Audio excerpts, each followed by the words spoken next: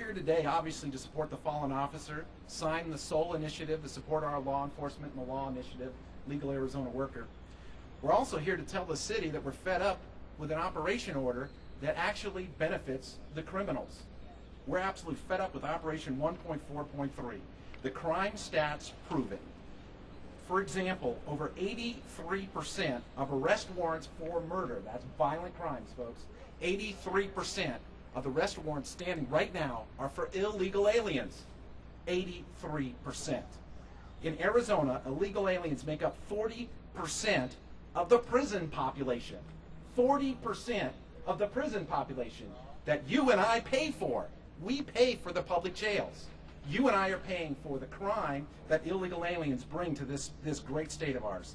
The facts show that over 75% of auto thefts occurring here in Arizona, and these facts are according to the FBI and the INS. The FBI and the INS released this data. 75% of auto thefts in this state, you wonder why we're the highest auto theft state in the country, are perpetrated by illegal aliens for themselves and to transport more illegal aliens into the state. This has got to absolutely stop.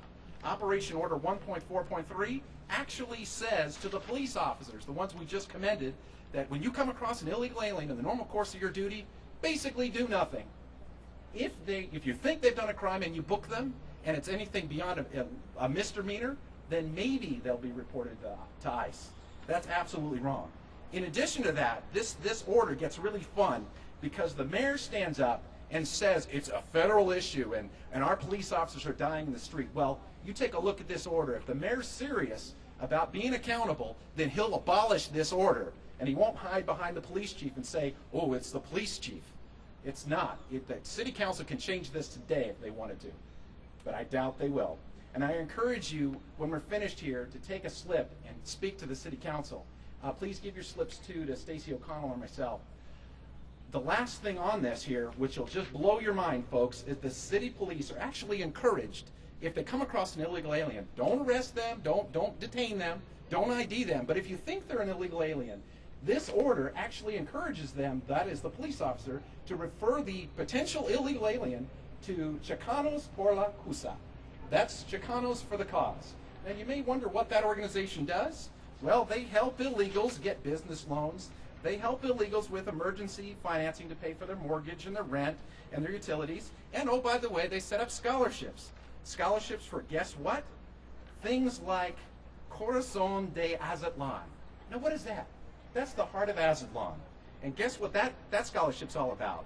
They get to write an article about the effect of retreating. The effect of retreating from where? The United States of America? They have to retreat from, so they get a scholarship for saying the hardships they experience for retreating from this very country. Incredible that the police department is actually encouraged by this operation order to refer what they believe to be illegal aliens, which they don't detain, to an organization that basically tells them how to do everything here in this country. Absolutely, unequivocally wrong. I want to thank you all for your time and your patience today. Thank you for coming out in the sun and the heat. Thank you very much for your time and your consideration. And once again, before this event is over, take the time to go and pull a slip so that either you can speak or we can congregate your time to tell the City Council what we think of things like this. Thank you very much. My name's Carl Seal. Yay.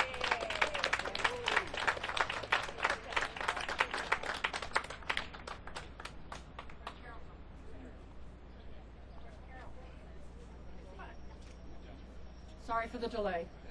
I was getting new instructions from the Colonel.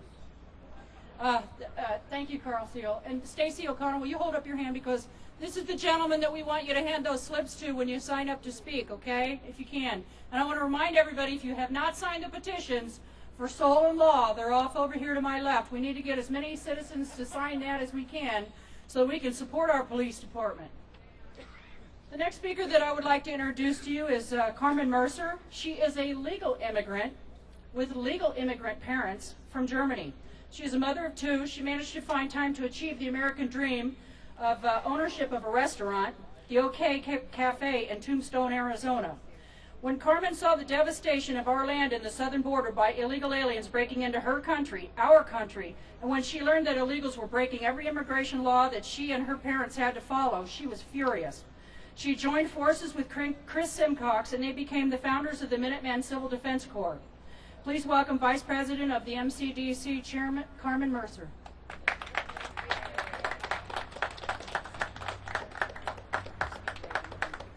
Hi, everybody, and I'm sure glad it's my turn because it's mighty hot here. As you heard, I am a legal immigrant. I'm a very, very proud citizen of the United States, and I think that Americans are the most compassionate people that I've ever met. I also think that Americans are the most passionate people I've ever met, and we've done great things together as Americans, and I'm hoping that the Phoenix Police Department will do the same thing because one of their officers was slain by an illegal alien, and I'm hoping that they're going to come together just like we do when we defeat, for let's say, immigration reform bills, when we defeat the DREAM Act, and now we have to defeat the sanctuary city laws. There are no sanctuary city laws in my book, actually. The other part why we're coming together here today is to help out the family who was left behind when the officer was killed. And I kind of would have hoped we would have had 1,000 people here today, and I could encourage everybody to just reach deep into the pockets and help these people, help the family who has been left behind to at least get their financial things taken care of. But I'll address it to you as well. We've done this before. We've done it for Monica Ramos, for the 2 Border Patrol agents that are wrongfully in jail, in prison. We can do this again, and I'm asking everybody today, let's come together again and help this family out.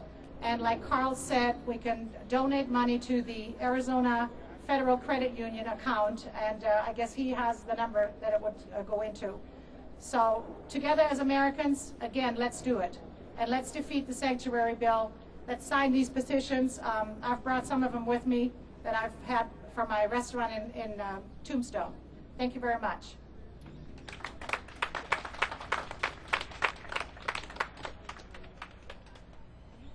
Thank you, Carmen. Next speaker that I would like to introduce is Mr. Bob Wright. He's a 49-year-old father of 4 and a grandfather of 5. For the past 23 years, he's been a resident of Eunice, New Mexico. He currently works as a senior plant specialist for a major energy company. He was the former New Mexico State Director and National Executive Director for Minuteman Civil Defense Corps when it was the original Minutemen. He is now the current board chairman of the newly formed Patriots Border Alliance, an organization also doing the job neither our state, city, or federal governments would do. Mr. Bob Wright.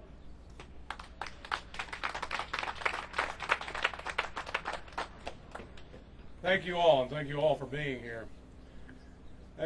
We all know that the catalyst that brought us together here today was a tragedy.